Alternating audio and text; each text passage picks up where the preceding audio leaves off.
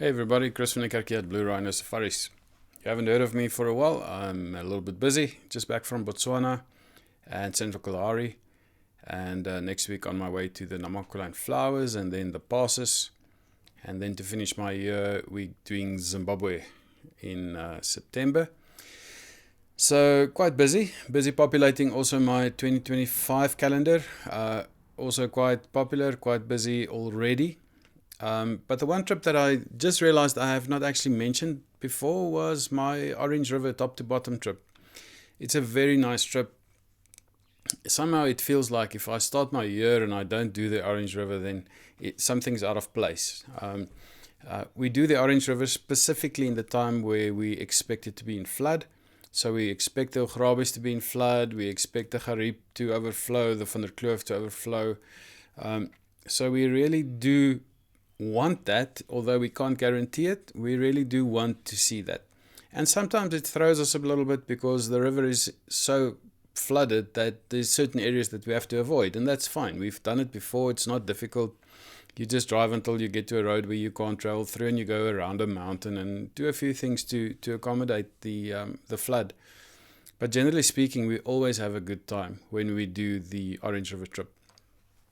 So the Orange is a very interesting river. It has its origins in Lesotho, and the Orange River and Tugela River basically starts in exactly the same place. The one goes this way, the other one goes that way. So you have the Orange River that flows down all the way, you'll remember, down to Gariep Dam, Van der Kloof Dam, Bluerhino, and then all the way down to the ultimate outflow.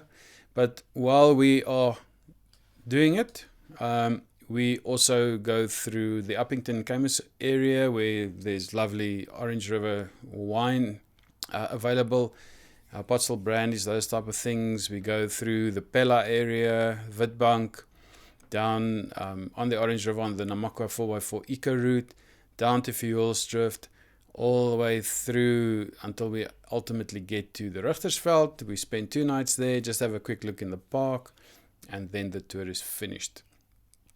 So the catchment area for the Orange River, basically Lesotho, middle of South Africa, all the way up to Oranienburg. And to the north, it is up to Pretoria. It goes into Namibia, where it catches the Fish River and also the Nosop River. And all that water ultimately ends up in the Orange River, which for us is the biggest river that we know. So I'm going to go to the tour quickly and just go through it so that you have a good understanding of what's going on. 2025, our departure date is on the 7th of February 2025, 9 nights, 8,750 per person sharing for South Africans.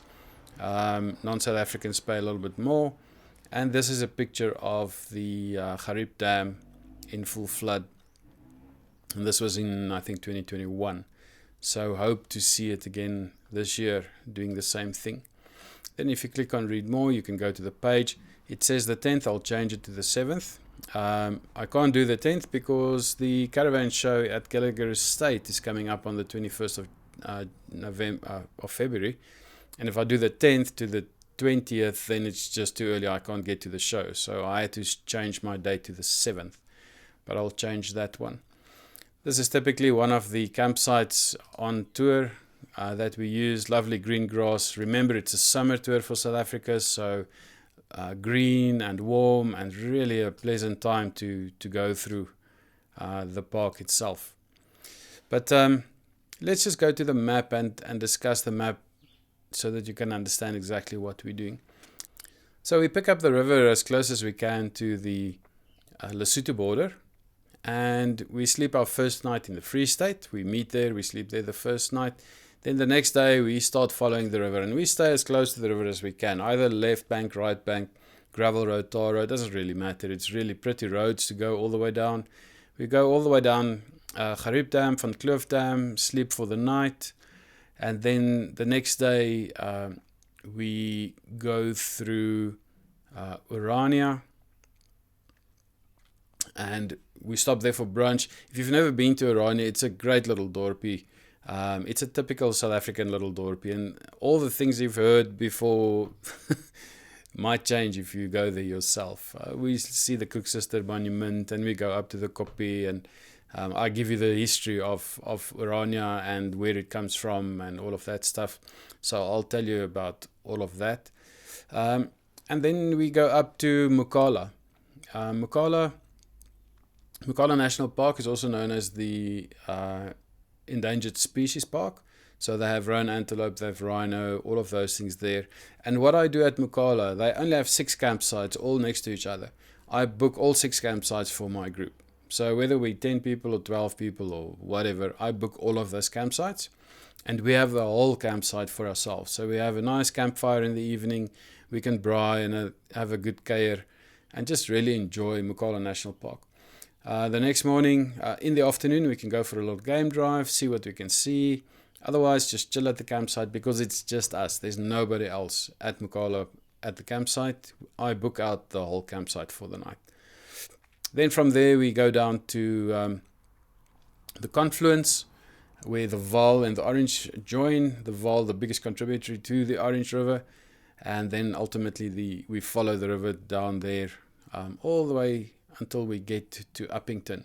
Now, this night is always a difficult night. I sleep at Boegeberg if it's not underwater, but these days I normally sleep in Uppington. It gives me a better second day because the next night we sleep at Kakamas, and that's amongst all the wine farms of the Orange River area, and we try to be there quite early in the afternoon so that we can do a wine tasting and just enjoy everything.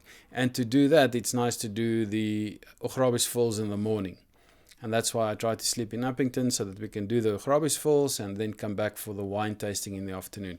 So if you like a good gin, if you like a pot still brandy, if you like a bit of wine from the Orange River, well priced, really good stuff, then make sure to join and be there for the wine tasting. That will probably be in the afternoon at about 3 in the afternoon, somewhere like that. And we don't drive far, we are right at our campsite, so you can have a wine. Then once we're done there, the next morning we leave and we head down to the Namakwa 4x4 Eco Route, which starts basically in Pofadder. It's our last filling station. We fill up in Pofadder and then head down to the Orange River itself. We follow the Namakwa 4x4 Eco Route. We sleep in one of the iconic campsites. Really nice and lovely to sleep there. Just a wild night in the Namakwa 4 Eco Route. Their campsite, but it's not a developed campsite, it's an undeveloped campsite. So it's one of the best campsites to use and actually be next to the river. The next day we complete the tour and up to the Fjolsdrift area. Still no fuel, remember, Fjolsdrift doesn't have fuel, but we are there for the night. They do have pizzas, so you can do a pizza for the night. Then when we are done there, we go through the Packed Rocks area, the Nababeep Nature Reserve area, and all the way around to Richtersveld. And at Richtersveld, we sleep at the Hoop campsite for 2 nights. The Hoop is one of my favorite spots. Normally at this time of the year, the river is quite high, so we camp fairly high up on the embankment. But it's still nice to be there. And depending on how people feel, we go for a drive, and we can go up to Kokerboom Kloof, all depending on if the river allows us or not, because we have to travel a little piece next to the river. If the road is closed and we can't go, then we just have a relaxed off day at the Richtersveld. And that is basically the whole idea of the Orange River, is to tackle it from top to bottom. So if you can at all join us for this trip, please do so. It is a South African trip. There's no passport required for South Africans. I cover all your park entry fees, all your camping fees are included in the cost. And we are just going to have a good time to see the river, do some wine tasting, do some brandy tastings, drive a little bit of 4x4. It's not difficult 4x4 stuff. It's fairly straightforward. So a really relaxing time without much stress. And if you don't know me, then this is a trip that you can find out a bit more about me and see who I exactly am. Otherwise, send me a booking. Don't delay. It is in February in 2025, so it's just around the corner. and let's go and see what South African summers look like. Have a good day. Drive safe. Cheers.